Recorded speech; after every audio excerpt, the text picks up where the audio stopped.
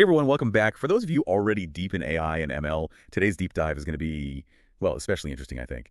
We're going beyond the big names like GPT, all those, and we're stepping into this world of compound AI systems. Yeah, and what's really cool is that these systems aren't like, some far off thing. They're actually quietly powering a lot of the AI stuff that we use every day already. Exactly. And here's the thing. The research suggests that these smaller AI models, when they're combined with the right tools in the right way, they can actually outperform those giant LLMs. It's like, a well-coordinated team can get more done than like one superstar, right? Yeah, totally shifts our perspective. I mean, we've been so focused on like model size, right, Yeah. as the main sign of progress in AI. But as Chris Manning from Stanford points out in his lecture, the real innovation is happening at the system level. So let's dig into this lecture. This is our main source today. And one thing that really struck me was how even people like Sam Altman, from OpenAI, are kind of recognizing this shift from just models to systems. Absolutely. Altman himself has said that he sees the future of AI as systems, not just these individual models, right?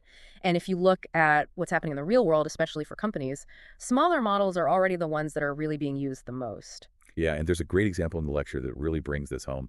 Remember California's SB 147? Oh, yeah, that legislation that tried to regulate AI based only on how big the model was. Right. And that approach just completely missed the point. As Governor Newsom said when he vetoed it, even small specialized models can be super powerful, maybe even more powerful when they're part of a well-designed system. Exactly. And that's what's so key here. This whole focus on LLMs, which I think the media has really pushed, can kind of make us forget how important system-level design is. It's like judging a car based only on the engine size, without thinking about the transmission or the aerodynamics or even the driver's skill. All these things have to work together. Totally. And even things that seem like small choices within a system, like the sampling method for text generation, that can have a huge impact on how the model performs and how the whole system behaves. That's right. And Manning actually told this really funny story in the lecture about how he totally misunderstood the GPT-2 paper at first. Oh, yeah? Yeah, because he just couldn't believe that simple prompting could actually work for zero-shot learning. Like, it just seemed too good to be true. It was such a groundbreaking, counterintuitive idea. It really was. So that leads us to the next big point, which is the power and, the potential problems of prompting. With models like GPT-3, prompting opened up this whole new world of in-context learning, right? It's amazing what we can do by just, giving a model clear instructions and a few examples. And here's where it gets really interesting and maybe a little scary. Manning mentioned a paper that showed just how sensitive these models are to even small changes in how you format a prompt. Like just adding colons to a prompt made an 80-point difference in performance on a Llama 2 model. 80 points. Wow. Yeah.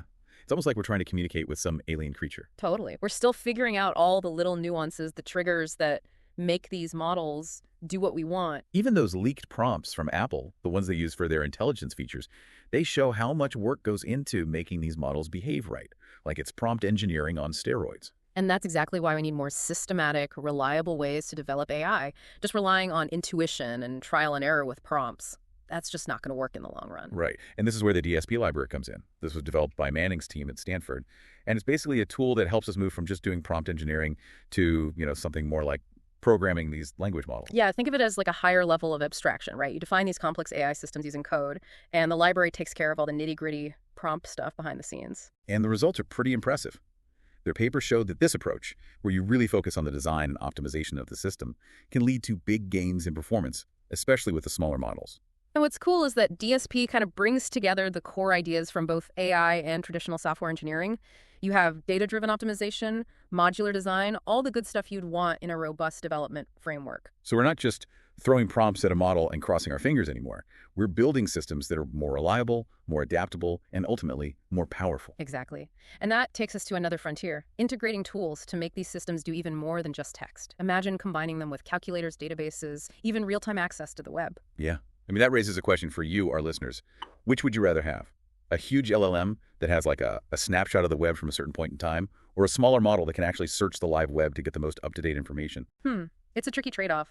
Each approach has its pros and cons, especially when you think about things like reliability and privacy and safety, right? Oh, yeah. And we can't forget about generative agents.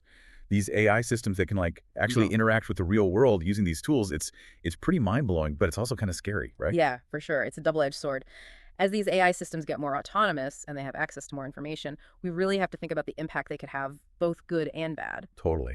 And going back to the lecture, Manning uses this great example to illustrate this whole point about system design. Oh, right. He talks about different sampling methods for text generation. Right. Like we usually just think about greedy decoding, where the model just picks the most likely next word, right? But is that always the best way to do it? Well, as Manning says, there's no one right way to do sampling. The best approach really depends on what you're trying to achieve with the system you're building. It's like choosing the right tool for the job, right? Like sometimes you need a hammer, sometimes you need a scalpel. Yeah, that's a good analogy.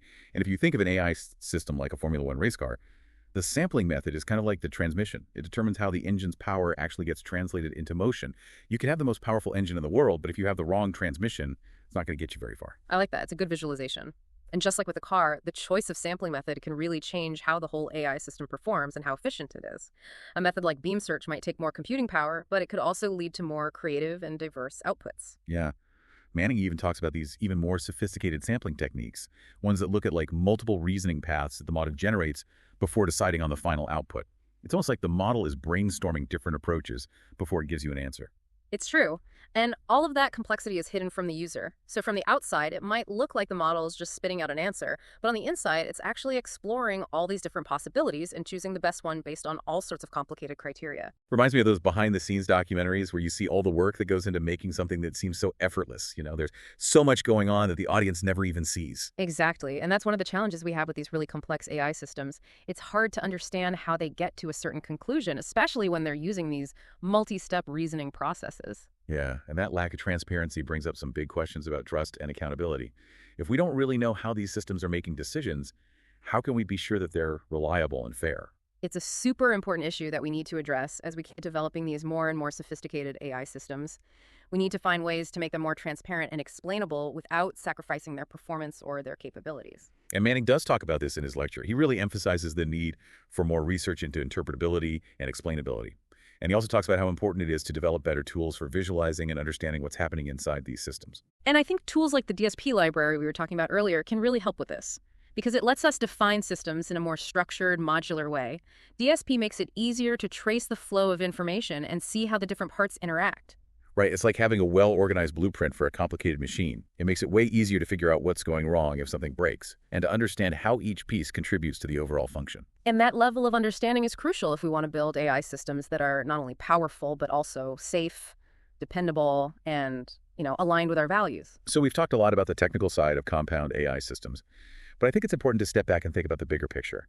What does this shift in thinking mean for society, ethics, and the future of work? Absolutely. These are complex, tough questions, but it's a conversation we need to have now before these systems become even more integrated into our lives. Yeah, one of the biggest worries is about jobs, right? As these AI systems get more and more capable, they're probably going to start automating tasks that, humans are doing now. For sure. And that brings up some tough questions about how we get people ready for the jobs of the future. What skills are going to be in high demand? How do we make sure that everyone has a chance to succeed in a world that's, increasingly shaped by AI?